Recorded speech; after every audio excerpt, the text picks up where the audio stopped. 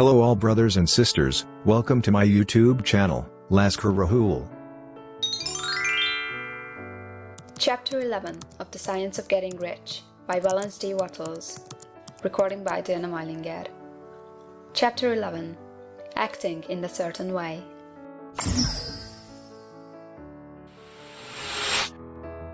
Thought is the creative power, or the impelling force which causes the creative power to act. Thinking in a certain way will bring riches to you, but you must not rely upon thought alone, paying no attention to personal action. That is the rock upon which many otherwise scientific metaphysical thinkers meet shipwreck, the failure to connect thought with personal action.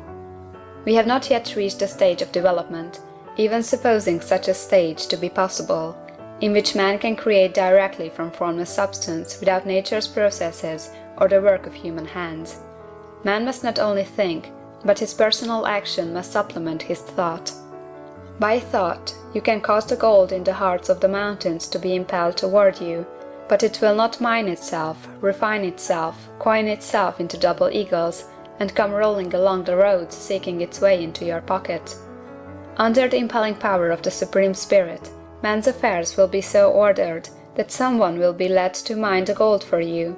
Other men's business transactions will be so directed that the gold will be brought toward you, and you must so arrange your own business affairs that you may be able to receive it when it comes to you.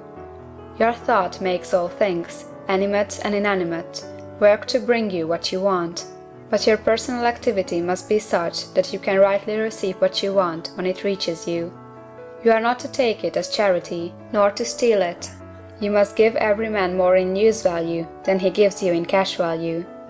The scientific use of thought consists in forming a clear and distinct mental image of what you want, in holding fast to the purpose to get what you want, and in realizing with grateful faith that you do get what you want.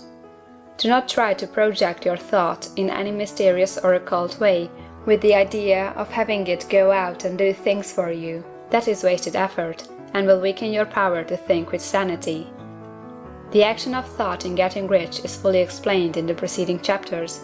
Your faith and purpose positively impress your vision upon formless substance, which has the same desire for more life that you have, and this vision, received from you, sets all the creative forces at work in and through their regular channels of action, but directed toward you. It is not your part to guide or supervise the creative process. All you have to do with that is to retain your vision, stick to your purpose, and maintain your faith and gratitude. But you must act in a certain way, so that you can appropriate what is yours when it comes to you, so that you can meet the things you have in your picture and put them in their proper places as they arrive. You can really see the truth of this. When things reach you, they will be in the hands of other men, who will ask an equivalent for them.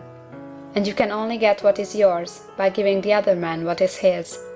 Your pocketbook is not going to be transformed into a Fortunatus purse, which shall be always full of money without effort on your part. This is a crucial point in the science of getting rich. Right here, when thought and personal action must be combined, there are very many people who, consciously or unconsciously, set the creative forces in action by the strength and persistence of their desires, but who remain poor because they do not provide for the reception of the thing they want when it comes. By thought, the thing you want is brought to you. By action, you receive it. Whatever your action is to be, it is evident that you must act now. You cannot act in the past, and it is essential to the clearness of your mental vision that you dismiss the past from your mind. You cannot act in the future, for the future is not here yet. And you cannot tell how you will want to act in any future contingency until that contingency has arrived.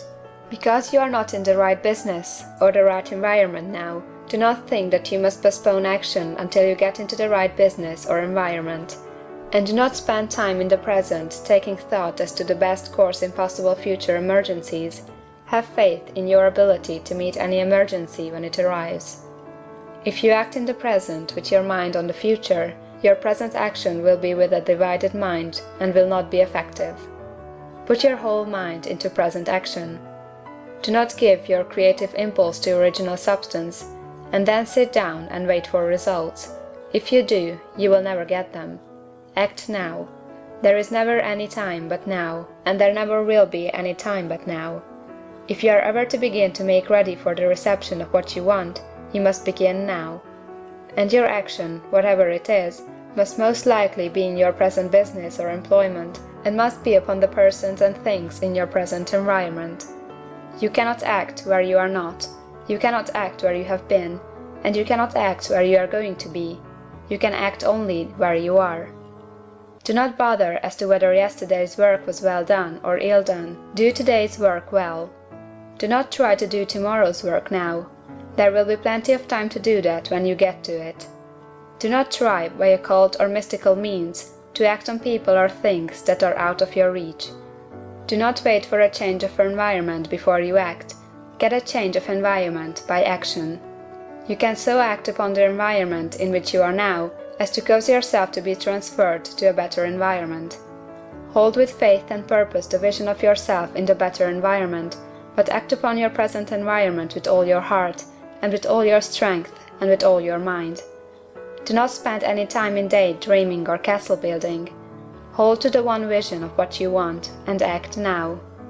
Do not cast about seeking some new thing to do, or some strange, unusual, or remarkable action to perform as a first step toward getting rich. It is probable that your actions, at least for some time to come, will be those you have been performing for some time past. But you are to begin now to perform these actions in a certain way, which will surely make you rich. If you are engaged in some business, and feel that it is not the right one for you, do not wait until you get into the right business before you begin to act. Do not feel discouraged, or sit down and lament because you are misplaced. No man was ever so misplaced but that he could not find the right place, and no man ever became so involved in the wrong business but that he could get into the right business. Hold the vision of yourself in the right business, with the purpose to get into it, and the faith that you will get into it, and are getting into it. But act in your present business. Use your present business as the means of getting a better one, and use your present environment as the means of getting into a better one. Your vision of the right business, if held with faith and purpose, will cause the Supreme to move the right business toward you, and your action, if performed in the certain way, will cause you to move toward the business. If you are an employee or wage earner, and feel that you must change places in order to get what you want, do not project your thought into space and rely upon it to get you another job. It will probably fail to do so. Hold the vision of yourself in the job you want, while you act with faith and purpose on the job you have, and you will certainly get the job you want. Your vision and faith will set the creative force in motion to bring it toward you, and your action will cause the forces in your own environment to move you toward the place you want.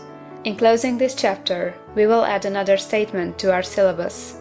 There is a thinking stuff from which all things are made, and which, in its original state, permeates, penetrates, and fills the interspaces of the universe. A thought, in this substance, produces the thing that is imaged by the thought.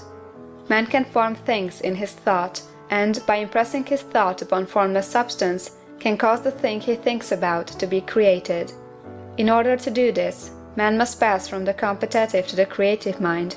He must form a clear mental picture of the thing he wants, and hold this picture in his thoughts, with the fixed purpose to get what he wants, and the unwavering faith that he does get what he wants, closing his mind to all that may tend to shake his purpose, dim his vision, or quench his faith.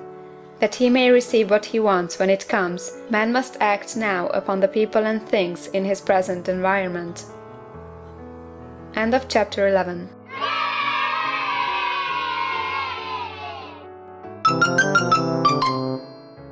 Thank you for watching this video. Thanks for your valuable time, my dear brothers and sisters.